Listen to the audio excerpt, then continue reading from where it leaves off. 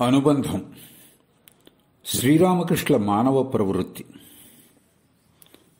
శ్రీరామకృష్ణుల 72వ జన్మదినోత్సవ సందర్భంగా బేలూరు మఠంలో ఏర్పాటు చేసిన సమావేశంలో స్వామి శారదానంద చదివిన వ్యాసం.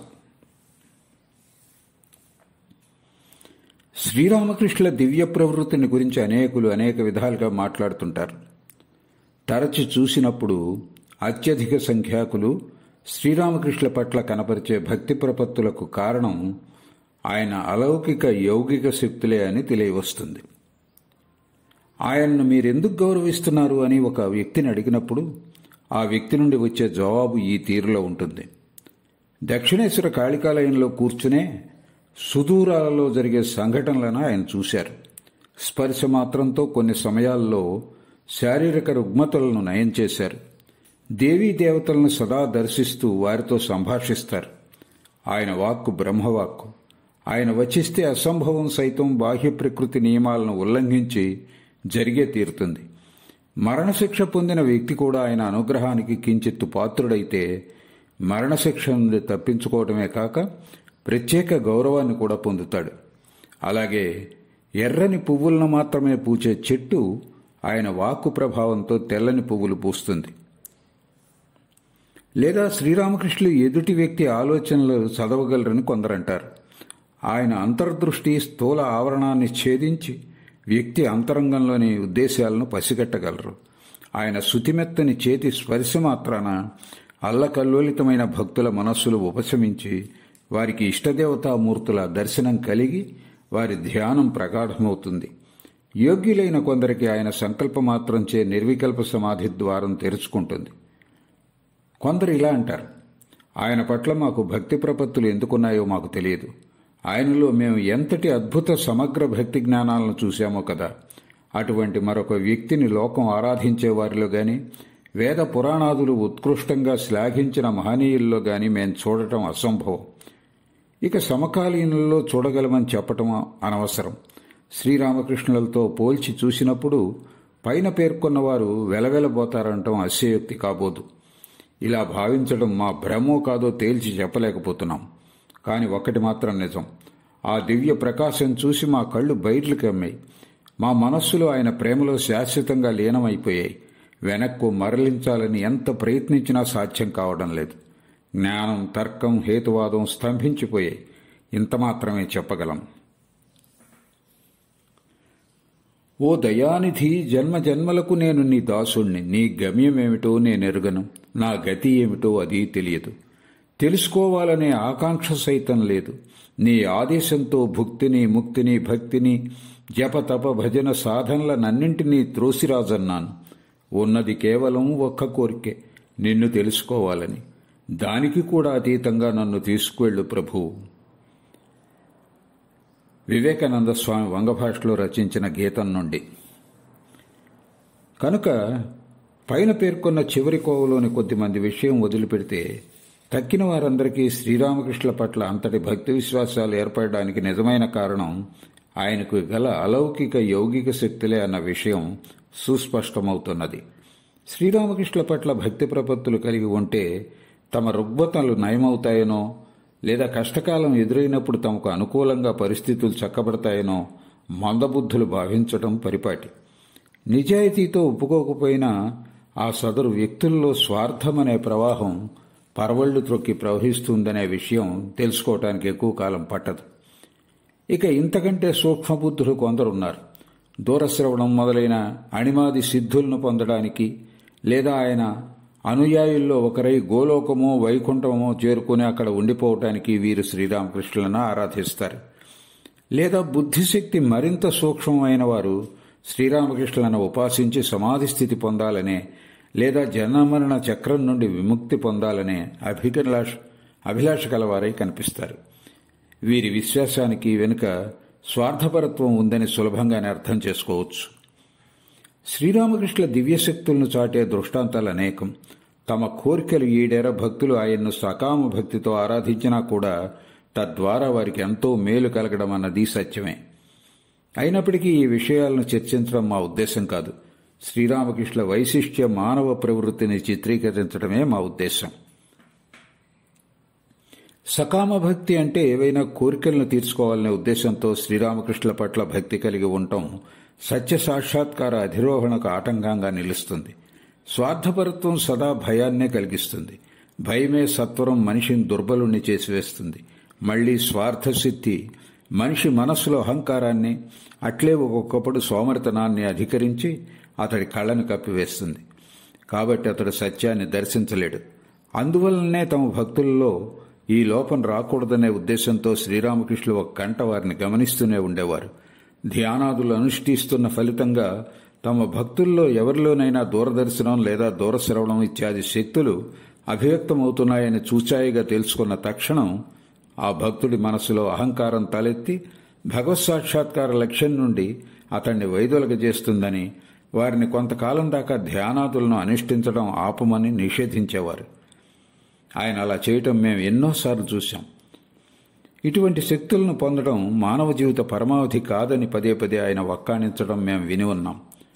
అయినా దుర్బలుడైన వ్యక్తి అటువంటి మాటలను వింటాడా? లాభనష్టాలు బేరీజు వేయకుండా ఎవడైనా ఏదైనా చేస్తాడా? ఎవరినైనా గౌరవిస్తాడా? త్యాగ వైరాగ్యాలకు ప్రతిరూపులైన శ్రీరామకృష్ణుల జీవితాన్ని చూసి త్యాగగుణాన్ని అలవరుచుకోవటానికి మారుగా తన స్వార్థ సిద్ధి కోసమే ఆయన్ని ఆశ్రయిస్తాడు. శ్రీరామకృష్ణుల త్యాగ వైరాగ్యాలు, అసాధారణ సాధనానుష్ఠానాలు, సత్యసంధత, పిల్లవాడి వంటి సరళత్వం, భగవద్విశ్వాసం ఇవన్నీ తన కోరికలు తీర్చడం కోసమేనని దుర్బలుడైన భక్తుడు భావిస్తాడు. ఈ వైఖరికి కారణం మానవ దౌర్బల్యమే.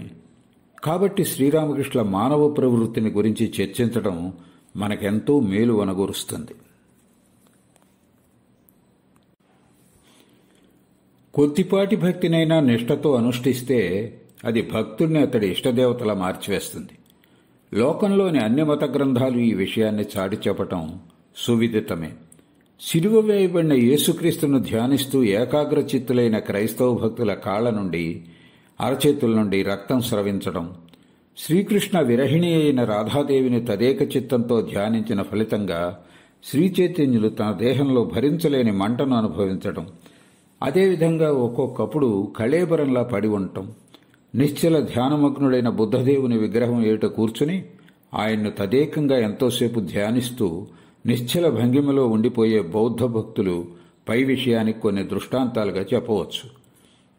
అలాగే ఎవరో ఒక ప్రత్యేక వ్యక్తిని గాఢంగా ప్రేమించి సదా ఆ వ్యక్తిని గురించే ధ్యానిస్తూ తనకే తెలియకుండా క్రమంగా తన ప్రేమాస్పదుడిలా మారిపోవడమే కాక ఆ వ్యక్తి హావభావాలు, ఆలోచన సరళి కూడా అట్లే సంతరించుకోవటం మేం కళ్ళారా చూసి ఉన్నాం.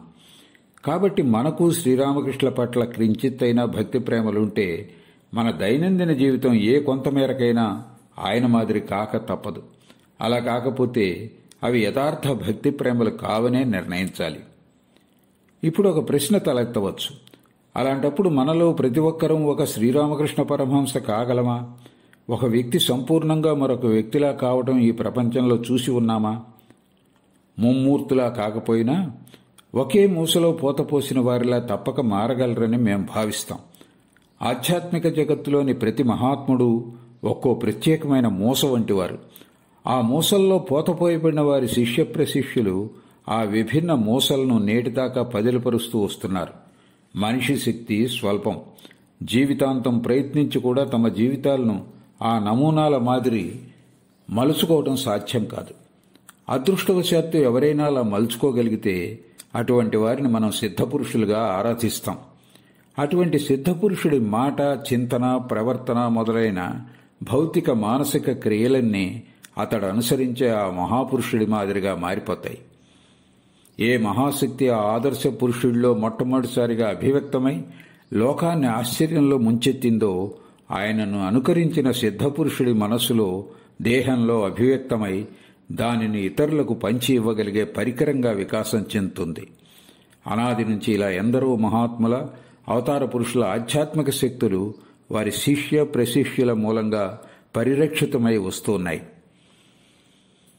ఆధ్యాత్మిక జగత్తులో ఏ మహాత్ములు తమ జీవితాల్లో క్రొంగొత్త మోసలను అంటే ఆదర్శాలను ప్రకటించి పోతూ ఉంటారో వారే అవతార పురుషులుగా పూజింపబడుతున్నారు. ఈ అవతార పురుషులు క్రొత్త ఆధ్యాత్మిక సత్యాలను, మార్గాలను ఆవిష్కరిస్తారు. కేవలం స్పర్శ మాత్రాన వీరు ఇతరులలో ఆధ్యాత్మిక శక్తిని అందించగలరు.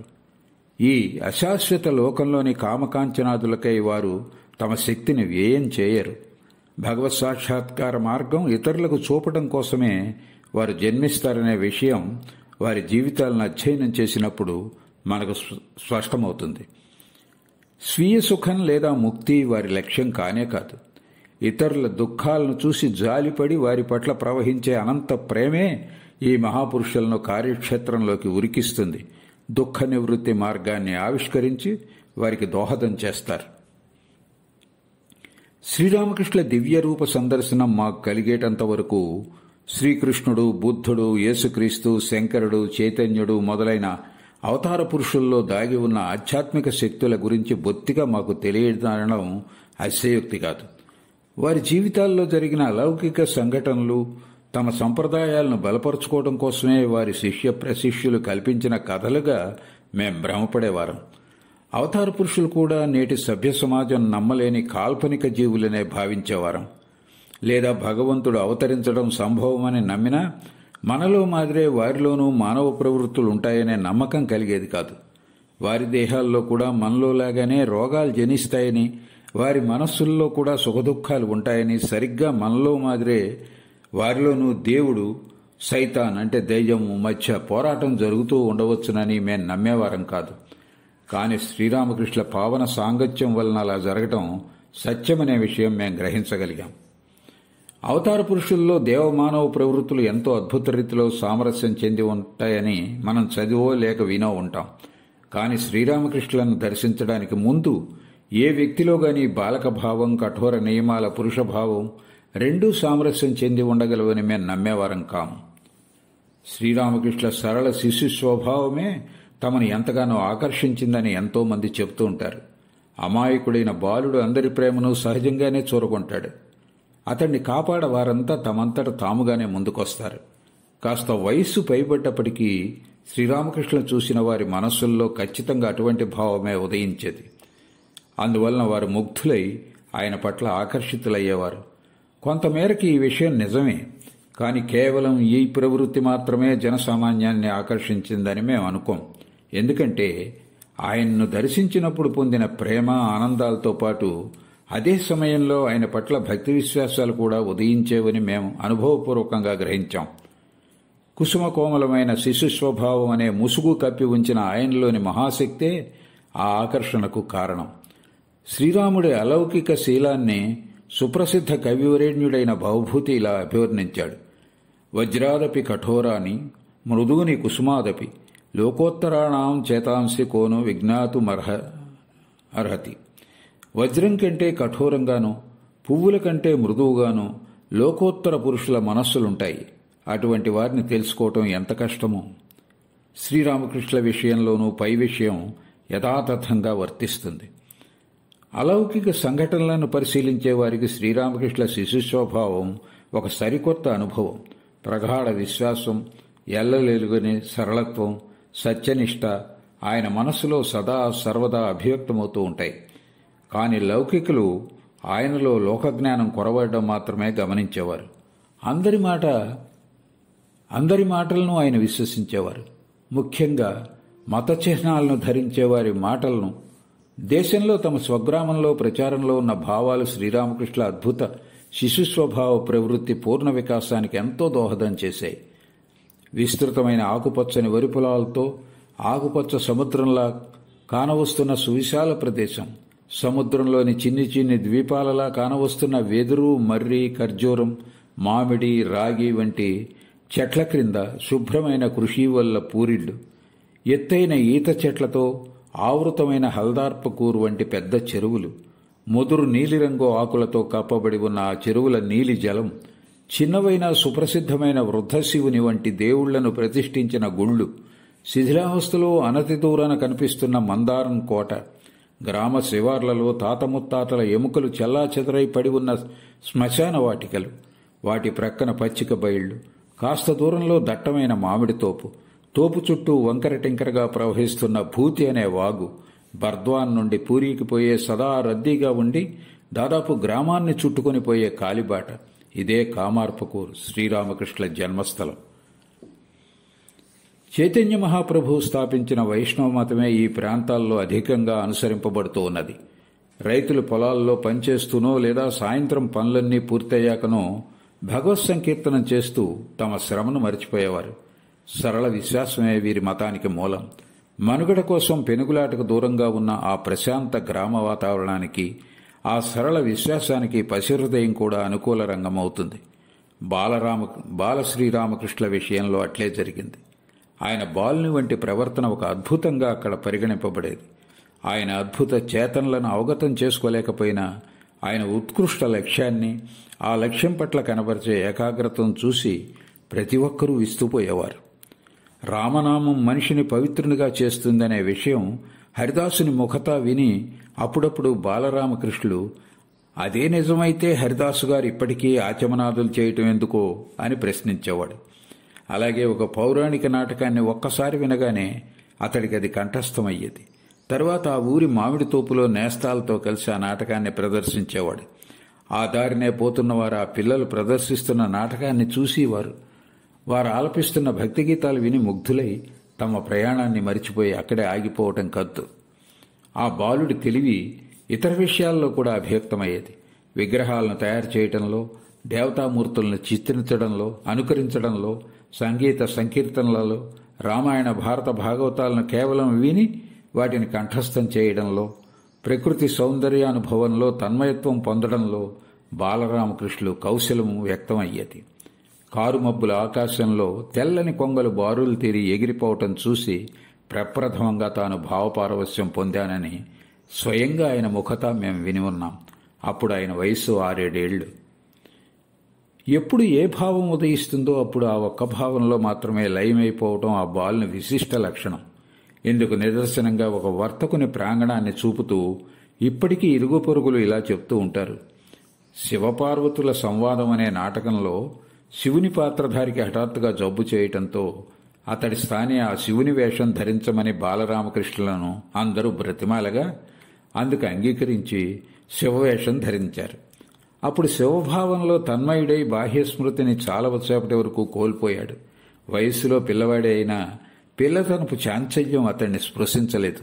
తాను చూసినటువంటి లేదా విన్నటువంటిదేదైనా అతన్ని ఆకర్షిస్తే అది ఎంత గాఢంగా అతడి హృదయంలో హత్తుకుపోయేదంటే ఆ విషయంలో పరిపూర్ణతను సాధించి దానిని వినూత్న రీతిలో వ్యక్తం చేసే వరకు అతడి మనస్సు కుదుట పడేది కాదు. పుస్తక జ్ఞానం కొరవడిన బాహ్య జగత్తు సాంగత్యంతో బాలరామకృష్ణుల ఇంద్రియాలు సత్వరమే వికాసం చెందాయి. ఆయన జీవిత మూలసూత్రం ఇది. ఏది సత్యమో దాన్ని క్షుణ్ణంగా పరీక్షించిన తరువాతే అంగీకరిస్తాను. పరీక్షకు అది నిలబడితే దాన్ని ఆచరణలో పెడతాను. అసత్యంగా రుజువు కానిదేదైనా గ్రహించకూడదు.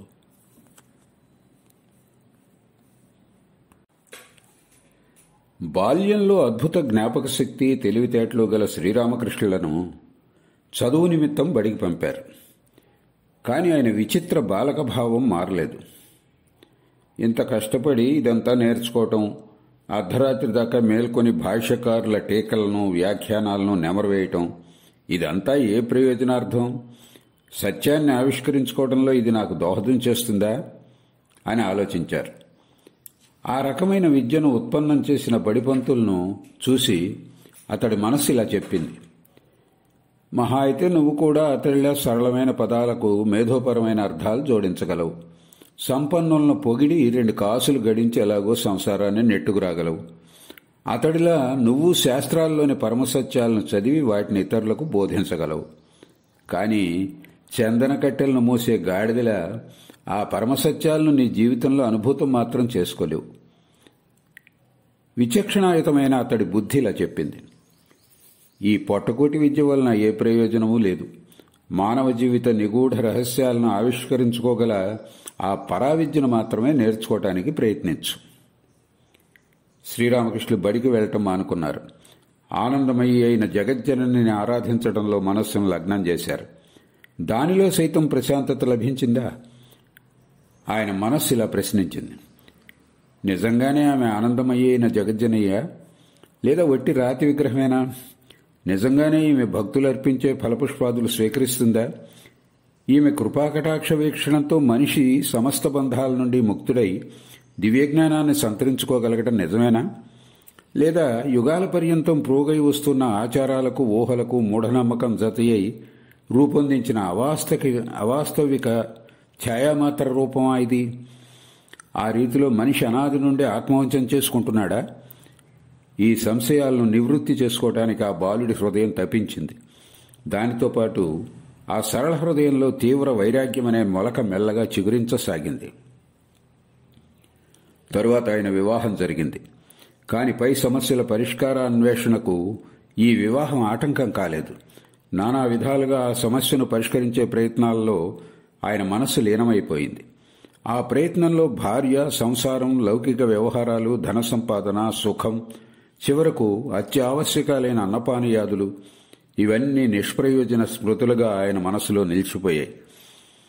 సుదూరంలో ఉన్న కామార్పకూరులో ఎవరి బాలక భావం లౌకికులకు హాస్యాస్పదంగా తోచిందో, శ్రీరామకృష్ణ ఆ బాలక భావం దక్షిణేశ్వరంలో మరింతగా వికాసం చెంది ప్రాపంచికుల దృష్టిలో పిచ్చితనంగా పరిగణింపబడింది. కానీ ఆ బాలక భావంలో అసంబద్ధత గాని, ఉద్దేశరాహిత్యం గాని కనిపిస్తున్నాయా? ఇంద్రియాతీతమైన ఆ పరమసత్యాన్ని ప్రత్యక్షం చేసుకుంటాను, స్పృశిస్తాను, పరిపూర్ణ రూపంలో చవిచూస్తాను. ఆ వెర్రితనపు విశిష్ట లక్షణం ఇది కాదా?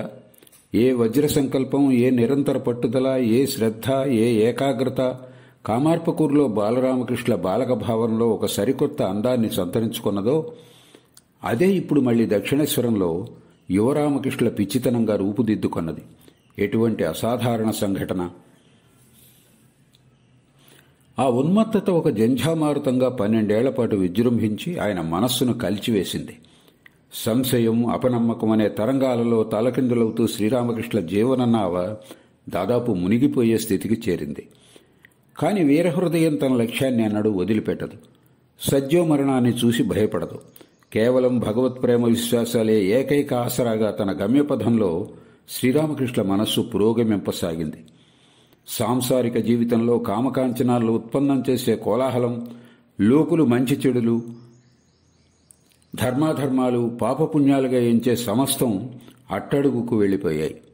ఆయన మనస్సును ఆ మహాభావతరంగాలు మందకొడి జీవిత అల్పకలహాలకు ఎంతో ఎత్తులో అతి ఊర్ధ్వలోకానికి తీసుకువెళ్లాయి. అసాధారణ నిరంతర భావోద్వేగాలు, తీవ్ర తపశ్చర్యలు బలిష్టమైన శ్రీరామకృష్ణ మనశ్శరీరాలను చెల్లాచెదరు చేసివేశాయి. అదే సమయంలో వాటికి వినూత్న రూపాన్ని, అందాన్ని సంతరింపజేశాయి. ఈ విధంగా మహాభావాన్ని, అంటే భగవత్ప్రేమ పరాకాష్ఠ స్థితిని ఇముడ్చుకోగల ఆధ్యాత్మిక మహోన్నత సత్యాలను వివరించి అందించే సమగ్రమైన పరికరంలా శ్రీరామకృష్ణ మనశ్శరీరాలు రూపుదిద్దుకున్నాయి. ఓ మనిషి, శ్రీరామకృష్ణుల ఈ వీరగాథను నువ్వు అవగతం చేసుకోగలవా? నీ స్థూల దృష్టికి ఒక వస్తువు విలువ పెరిగేది దాని పరిణామం బట్టే కదా. అటువంటిది ఏ దివ్య మహాశక్తి స్వార్థపరత్వాన్ని సమూలంగా నాశనం చేసి, అహంకారాన్ని కూకటి వేళ్లతో పెకలించివేసి, మనశ్శరీరాలను ఇకపై కించిత్తు స్వార్థకార్యాన్ని చేయటానికి సైతం అసమర్థం చేస్తుందో, ఆ మహాశక్తి కనీసం నీ ఊహకు సైతం అందుతుందా? శ్రీరామకృష్ణ హస్తాలు చేతనంగానో లేదా అచేతనంగానో ఏ లోహాన్ని స్పృశించినా తక్షణమే అవి కర్రలా బిగుసుకుపోయేవి. అటువంటప్పుడు దానిని తీసుకోవటం ఆయనకు ఎలా సాధ్యమవుతుంది? తెలిసో తెలియకో ఎవరికి చెందినవో వారి అనుమతి లేకుండా ఆకులు, పువ్వులు వంటి అతి సామాన్య వస్తువులను ఆయన ఎప్పుడైనా పుచ్చుకుంటే చక్కగా తెలిసిన దారి కూడా ఆయన తప్పిపోయేవారు. ఆ అల్ప వస్తువులను తిరిగి వెళ్లి తెచ్చిన చోటనే పడేసిన తరువాతనే ఆయనకు దారి స్పష్టంగా కనిపించేది. సామాన్య వస్తువులను మూట కడితే సరే, ఆ మూట విప్పనంత వరకు ఆయనకు శ్వాసక్రియ స్తంభించిపోయేదంటే అతిశయోక్తి కాదు. అపవిత్రురాలైన స్త్రీ ఎవరైనా ఆయన్ను తాకిన తక్షణమే తాబేటి అవయవాల మాదిరి ఆయన పురుషాంగం పూర్తిగా కుంచుకుపోయేది. జన్మాదిగా స్వార్థానికి మాత్రమే ఆలవాలమైన మనిషి కళ్ళు ఏ పరమ పవిత్ర మానసిక స్థితులకు, ఆ శారీరక వికారాలన్నీ చిహ్నాలో వాటిని ఎలా చూడగలవు, ఎలా అర్థం చేసుకోగలవు? మన కాల్పనిక ఊహాశక్తి సైతం ఈ విశుద్ధ భావరాజ్యంలోకి ఎలా ప్రవేశించగలదు? పుట్టిన లగాయతూ మన అంతరంగంలోని అపవిత్ర భావాలను కప్పిపుచ్చి మనలను పవిత్రతకు ప్రతిరూపాలుగా చిత్రించుకోవటం మనకు వెన్నతో పెట్టిన విద్య. నిజాన్ని దాచిపెట్టి వంచనతో ధనికులం కాగల లేదా సుప్రసిద్ధులం కాగల అవకాశం లభిస్తే మనలో ఎంతమంది అందుకు వెనుకాడతాం? ధైర్య సాహసాల విషయము అటువంటిదే. ఒక దెబ్బకు బదులుగా 10 దెబ్బలు వడ్డించే సాహసం లేకపోయినా, లేదా ఒక్క పరుగులో వెళ్లి అగ్నిజ్వాలలను క్రక్కుతున్న ఫిరంగిని హస్తగతం చేసుకోలేకపోయినా, లేదా మన చిరకాల వాంఛితమైన వస్తువు ప్రాప్తికై ప్రాణాలనొడ్డే ధైర్యం మనకు లేకపోయినా, ఇతరులు ఎవరైనా ధైర్య సాహసాలు ప్రదర్శించి అలా చేస్తే మనం గర్విస్తాం, వారిని ప్రశంసిస్తాం. కాని ఏ సాహసంతో శ్రీరామకృష్ణులు ఇహపర సుఖభోగాలన్నింటినీ పరిత్యజించారో, లోకానికి అజ్ఞాతం అజ్ఞేయం అయిన ఏ అతీంద్రియ సత్యం నిమిత్తం తమ మనశ్శరీరాలను సైతం పణంగా పెట్టారు, అట్టి ధైర్య సాహసాలను కించిత్తైనా అవగతం చేసుకోవటం మనకు సాధ్యమా? పాఠక మహాశయ, అవగతం చేసుకోగలిగితే మృత్యుంజయత్వం సంతరించుకున్నవాడిగా మాచే లోకంచే కొనియాడబడతావు.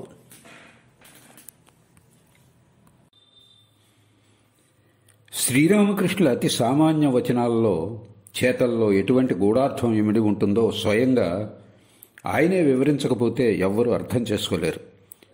భావసమాధి స్థితి నుండి దిగి వచ్చాక పరిచితులైన వ్యక్తుల పేర్లను లేదా వస్తువులను గురించి ప్రస్తావించేవారు, లేదా వారిని స్పృశించేవారు, లేదా కొన్ని తినుబండారాలను పేర్కొని వాటిని తినగోరేవారు లేదా త్రాగగోరేవారు. ఎందుకలా చేసేవారో ఒకరోజు ఆయనే మాకు ఇలా విశదపరిచారు.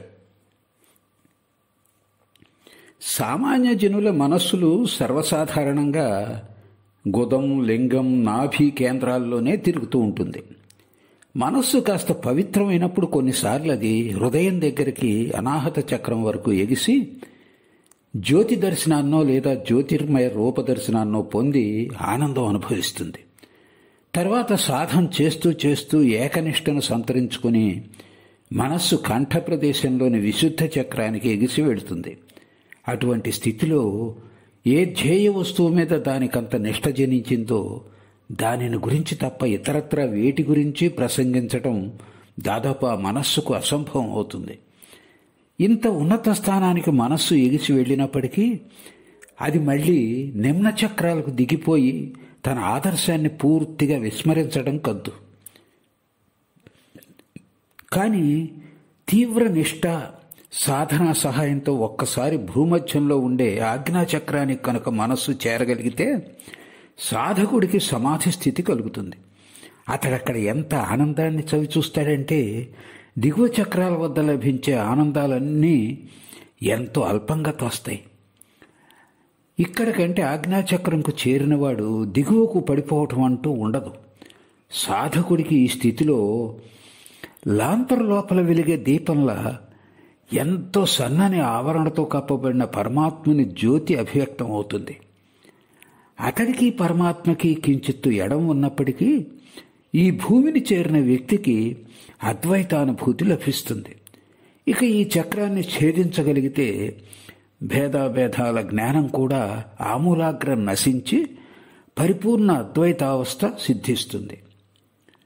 మీకు బోధించే నిమిత్తమే నా మనస్సు కంఠం వద్దనున్న విశుద్ధ చక్రం వరకు దిగుతూ ఉంటుంది. ఎంతో నిర్బంధం మీదనే మనస్సును అక్కడ నిలపగలుగుతాను. 6 నెలల పాటు నిర్వికల్ప సమాధిలో సంపూర్ణ అద్వైత స్థితిలో ఉండిపోయిన కారణంగా మనస్సు ఆ దిశ వైపుకే సహజంగా వెళ్ళగోరుతుంది. ఇది చేస్తాను, అది తింటాను, ఈ వ్యక్తిని చూడాలి, అక్కడికి వెళ్ళాలి మొదలైన చిరు కోరికలు కల్పించుకోకపోతే మనస్సును ఆ ఊర్ధ్వస్థితి నుండి దిగువకు తీసుకురావటం అసాధ్యం. మనస్సు క్రిందికి దిగిరాకుంటే తినడం, తిరగటం, మాట్లాడటం, దేహాన్ని సజీవంగా ఉంచటం మొదలైన అన్నీ చేయటం అసాధ్యం అవుతుంది. కాబట్టే భావసమాధిలోకి పోతున్న సమయంలో నేను పొగ తాగుతాను, పలానా చోటికి వెళతాను ఇత్యాది చిరు కోరికలను కల్పించుకుంటాను. అయినప్పటికీ ఆ కోరికలను పదే పదే మననం చేసుకుంటేనే తప్ప మనస్సు క్రిందికి దిగిరాదు. సమాధి స్థితి పొందటానికి మునుపు సాధకుడు ఏ స్థితుల్లో ఉండి ఉంటాడో సమాధిని పొందిన తదనంతరం ఎంతో శక్తివంతుడైనప్పటికీ ఆ వెనుకటి పరిస్థితులను మార్చాలనే ఆకాంక్ష అతడికి ఉండదు. ఎందుకంటే ఒక్క బ్రహ్మ వస్తువు తప్ప తక్కినవన్నీ అతడికి తుచ్చంగా కనిపిస్తాయి కనుక. అని పంచదశీకారుడు ఒకచోట వచించాడు. శ్రీరామకృష్ణ జీవితంలో ఈ సత్యం రుజువైంది. భగవత్ప్రేమ అనే జంఝామారుతం ఆయనలో చెలరేగటానికి మునుపు ఆయన అలవాట్లు, జీవన విధానాలు ఎలా ఉండేవో తదనంతరం కూడా అట్లే ఉండిపోవటం మనం గమనించవచ్చు. ఆ అలవాట్లు కొన్ని ఇక్కడ పేర్కొంటున్నాం. తన దేహాన్ని, దుస్తులను, పరుపు మొదలైన వాటిని ఎంతో శుభ్రంగా ఉంచుకోవడం ఆయన అలవాటు. వస్తువులను వాటి సముచిత స్థానంలోనే ఉంచేవారు. ఇతరులను అలాగే చేయమని బోధించేవారు. ఎవరైనా అందుకు విరుద్ధంగా చేస్తే ఆయన చిరాకు పడేవారు. ఎక్కడికన్నా వెళ్ళబోతున్నప్పుడు తువ్వాలు, చిన్న సంచి తదితర అవసర సామాగ్రి వెంట తీసుకువస్తున్నారో లేదో స్వయంగా కనుక్కునేవారు. అలాగే తిరిగి వచ్చేటప్పుడు పట్టుకెళ్లిన ఏ వస్తువును మరిచిపోకుండా తీసుకురావాల్సిందిగా తమతో వచ్చిన శిష్యులకు జ్ఞాపకం చేసేవారు. ప్రతి పనిని వేళ తప్పకుండా చేయటానికి ఆరాటం చెందేవారు. ఒక పని చేస్తానని వచ్చిస్తే ఆ పనిని తప్పకుండా నిర్వర్తించేవారు. ఒక ఫలానా వ్యక్తి నుండి ఒక వస్తువు పుచ్చుకుంటానని చెప్తే ఆ వస్తువును అతడి నుండి మాత్రమే పుచ్చుకునేవారు. ఇతరుల నుండి పుచ్చుకుంటే అసత్య దోషానికి పాల్పడినట్లవుతుంది కదా. అటువంటి విషయాల్లో హఠం పట్టి ఆయనకు ఎంతో అసౌకర్యం కలిగినా ఆయన దాన్ని భరించేవారే తప్ప తన మాటను జవదాటేవారు కారు. ఎవరైనా చిరిగిన దుస్తులతో, గొడుగుతో, చెప్పులతో ఆయన చూస్తే వీలైతే కొత్తవి కొని ధరించమని అతడికి చెప్పేవారు. ఆ వ్యక్తి పేదవాడైతే కొన్ని సమయాల్లో ఆయనే స్వయంగా వాటిని కొని ఇచ్చేవారు. చిరిగిన దుస్తులు మొదలైనవి ఉపయోగించే వ్యక్తిపై లక్ష్మీ కటాక్షం ప్రసరించదు అని ఆయన తరచూ చెప్పేవారు.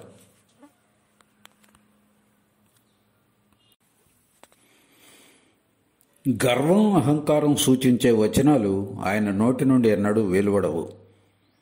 తమ భావాన్ని లేదా అభిప్రాయాన్ని చెప్పవలసి వస్తే తమ శరీరాన్ని చూపుతూ ఇక్కడి భావం లేదా ఇక్కడి అభిప్రాయం అనే మాటలే వాడేవారు. తమ శిష్యుల చేతులు, కాళ్ళు, ముఖం, కళ్ళు మొదలైన అంగాలను, వారి ప్రవర్తన, తినే, త్రాగే, నడిచే, నిద్రించే విధానాలను సూక్ష్మాతి సూక్ష్మంగా పరిశీలిస్తూ ఉండేవారు. తద్వారా వారి మానసిక స్థితిగతులు, వారి పురోగతి చక్కగా ఆకళింపు చేసుకోగలిగేవారు. వ్యక్తులను గురించి ఆయనకు ఏర్పడిన అభిప్రాయాలు తప్పు కావటం మేము ఎన్నడూ చూడలేదు. శ్రీరామకృష్ణులను దర్శించుకున్న వారిలో అత్యధిక సంఖ్యాకులు ఆయన తమనే అధికంగా అభిమానించేవారని భావించడం కద్దు. ప్రతి వ్యక్తి సుఖదుఖాల పట్ల ఆయన కనబరిచే ప్రగాఢ సానుభూతియే వారలా భావించడానికి కారణంగా మాకు తోస్తుంది. సానుభూతి, ప్రేమ ఇవి రెండు విభిన్నమైనవి. బాహ్య లక్షణాలను బట్టి రెండు ఒకేలా కనిపించినప్పటికీ కూడా. కాబట్టి సానుభూతిని ప్రేమగా జమకట్టడంలో వింతలేదు. ఎప్పుడు దేనిని గురించి ఆలోచించేవారో అప్పుడు దానిలోనే పూర్తిగా లీనమైపోవడం శ్రీరామకృష్ణ స్వాభావిక మనోవైఖరి. ఆయనలో ఈ విశేష గుణం ఉండటం వలన తమ ప్రతి శిష్యుని మనోస్థితిని యథాతథంగా తెలుసుకోగలిగి ఆ శిష్యుని ఉన్నతికి సరైన మార్గాన్ని నిర్ణయించేవారు. శ్రీరామకృష్ణ బాలక ప్రవృత్తిని వివరిస్తున్నప్పుడు చిన్ననాటి నుండే తమ కళ్ళు, చెవులు మొదలైన ఇంద్రియాలను సరైన పరిశీలనలో ఎలా పూర్తిగా ఉపయోగించుకోవడం నేర్చుకున్నారో చూపటానికి ప్రయత్నించాం. తమ శిష్యులలో కూడా ఈ విశేష గుణాన్ని పెంపొందింప ఆయన గట్టిగా ప్రయత్నించారు. చేతలను కార్యరూపంలో పెట్టడానికి మునిపే విచారణను ఉపయోగించమని శిష్యులకు ఆయన ఉపదేశించేవారు. విచారణ ఒక్కటే ప్రతిదాని మంచి చెడులను వెల్లడించి మనస్సును నిజమైన పరిత్యాగం వైపుకు తీసుకుపోతుందని పదే పదే ఆయన వక్కాణించేవారు. మూర్ఖుణ్ణి, సంకుచిత మనస్కుణ్ణి ఆయన ఎన్నడూ ఇష్టపడేవారు కాదు. తరచూ ఆయన ఇలా చెప్పగా వినేవాళ్ళం. నువ్వు భక్తుడివి నిజమే, అంత మాత్రాన మూర్ఖుడు కావడం ఎందుకు? ఒకే ఒక్క భావాన్ని అనుసరించే సంకుచిత మనస్కుడు కావద్దు. అది ఇక్కడి వైఖరి కాదు, అంటే తమ వైఖరి కాదని. ఒకే ఆహార పదార్థాన్ని పలు రకాల భక్ష్యాలుగా వండితే తింటాను, అంటే భగవంతుని రకరకాలుగా అనంత భావాల ద్వారా పొందడం. ఇదే ఇక్కడి వైఖరి. ఒకే ఒక్క భావం మాత్రమే నిజమని చెప్పడాన్ని ఆయన మందకుడి వైఖరిగా పేర్కొనేవారు. తమ శిష్యుడు ఎవరైనా ఏదిని భగవంతుని విశేష భావాన్ని ఆనందించలేకపోతే ఎంత అల్పబుద్ధివి అంటూ మందలించేవారు. ఆ మందలింపు విని ఆ శిష్యుడు సిగ్గుతో తల వంచుకోవాల్సి వచ్చేది. అటువంటి మహోదార విశ్వజనీన భావప్రేరణ వలనే శ్రీరామకృష్ణులు అన్ని మత సంప్రదాయాల సాధనలను అనుష్ఠించి మతాలెన్నో మార్గాలన్నీ అనే మహోన్నత సత్యాన్ని ఆవిష్కరించారనడంలో ఎలాంటి సందేహము లేదు. పుష్పం వికసించింది. నానా దిశల నుండి తుమ్మెదలు మధువును వెర్రిగా ఆస్వాదింప పరిగెత్తుకుని రాసాగాయి. దినకరుని స్పర్శతో హృదయం పూర్తిగా వికసించిన పద్మం వాటి వాంఛలను పూర్తిగా తీర్చడానికి వెనుకాడదు. అదేవిధంగా శ్రీరామకృష్ణులు తమ వద్దకు వచ్చిన ప్రతి ఒక్కరిని సంతృప్తిపరచడంలో ప్రయత్నలోపం చేయలేదు. ఎవరికి పాశ్చాత్య విద్యను గురించిన ఇరుక లుప్తమో కొందరు ఆధునికులు మూఢనమ్మకాల కుప్పగా ఎంచే సనాతన ధర్మాన్ని అనుష్ఠిస్తూ ఎవరు తమ జీవితాన్ని రూపుదిద్దుకున్నారో అటువంటి శ్రీరామకృష్ణులు ఏ ఆధ్యాత్మిక అమృతాన్ని లోకానికి పంచి ఇచ్చారో అటువంటి అమృతాన్ని ప్రపంచం మరి ఎన్నడైనా చవిచూసి ఉందా? శ్రీరామకృష్ణులు సంచయం చేసి తమ శిష్యులకు అందించిన ఆ మహా ఆధ్యాత్మిక శక్తి లీలను లోకం ఇంతకు మునుపు ఎప్పుడైనా చూసి ఉందా? ఆ మహాశక్తి ప్రేరణతో ఆధునిక విజ్ఞానం వెలుగు ప్రసరిస్తున్నప్పటికీ లోకులు ఆధ్యాత్మికత అన్నది ఒక ప్రత్యక్షానుభూతిగా అవగతం చేసుకోవటం, అన్ని మతాల్లోనూ అపరివర్తనీయమైన ఒక సనాతన సత్యం ప్రవహిస్తూ ఉండటం మునుపు ఎన్నడైనా లోకం చూసి ఉందా? ఒక పువ్వు నుండి మరో పువ్వుకు సంచరించే మలయ మారుతంలో ఒక సత్యం నుండి మరో సత్యానికి పయనిస్తున్న మానవ జీవనం క్రమక్రమంగా నెమ్మదిగా అపరివర్తనీయమైన ఆ అద్వైత సత్యం వైపుకే పురోగమిస్తున్నది. అంతేకాక ఒకానొక రోజు తప్పకుండా అది ఆ అపార అనంత అవామానసగోచరమైన పరమసత్యాన్ని చేరుకుంటుంది అనే అభయవాణి మునుపు ఎన్నడైనా పలకటం ఈ లోకం చూసి ఉందా? భారతావనిలో అవతరించిన శ్రీకృష్ణుడు, బుద్ధుడు, శంకరుడు, రామానుజుడు, చైతన్యుడు, అట్లే ఇతర దేశాల్లో ఉద్భవించిన యేసుక్రీస్తు, మహమ్మదు మొదలైన మతాచార్యులు ఆధ్యాత్మిక జగత్తులోని ఏ మత సంకుచితత్వాన్ని నిర్మూలించలేకపోయారో విద్యావిహీనుడైన ఈ బ్రాహ్మణ బాలుడు తన జీవితంలో దాన్ని ఆమూలాగ్రం నిర్మూలించి పరస్పర విరుద్ధమైన మతాలన్నిటి మధ్య అద్భుత సామరస్యమనే అసాధ్యాన్ని సాధ్యం చేయగలగడం ఎవరైనా ఎన్నడైనా కని విని ఉన్నారా? ఆధ్యాత్మిక జగత్తులో శ్రీరామకృష్ణుల స్థానాన్ని ఎవరు నిర్ణయించగలరు? మేము ఆ సాహసం చేయలేం. కానీ ఇంత మటుకు చెప్పగలం. నిర్జీవమైన భారతదేశం ఆయన పావన పదస్పర్శతో మరింత పావనత్వాన్ని సంతరించుకున్నది, జాగృతమైంది. ప్రపంచ దేశాల్లో అది వైభవ స్థానాన్ని ఆక్రమించడం తథ్యం. లోకానికి భారతదేశం ఆశను, ఆశీస్సులను ఇవ్వనున్నది. ఆయన మానవ రూపంలో అవతరించిన కారణంగా మనిషి సైతం దేవతలకు పూజనీయుడయ్యాడనడం అతిశయోక్తి కాదు. అంతేకాక వివేకానంద స్వామిలో లోకం శ్రీరామకృష్ణులు జాగృతం చేసిన అద్భుత శక్తి ప్రకటన ప్రారంభాన్ని మాత్రమే దర్శించింది. నేటితో శ్రీరామకృష్ణ పరమహంస సమగ్ర సప్రామాణిక జీవితగాథలోని 4వ భావమైన గురుభావం 2 సమాప్తమవుతున్నది. రేపటి నుండి 5వ భాగమైనటువంటి దివ్యభావం నరేంద్రుడు అనే 5వ అధ్యాయం ప్రారంభమవుతుందని తెలియజేయటానికి సంతోషిస్తున్నాను. నమస్కారం.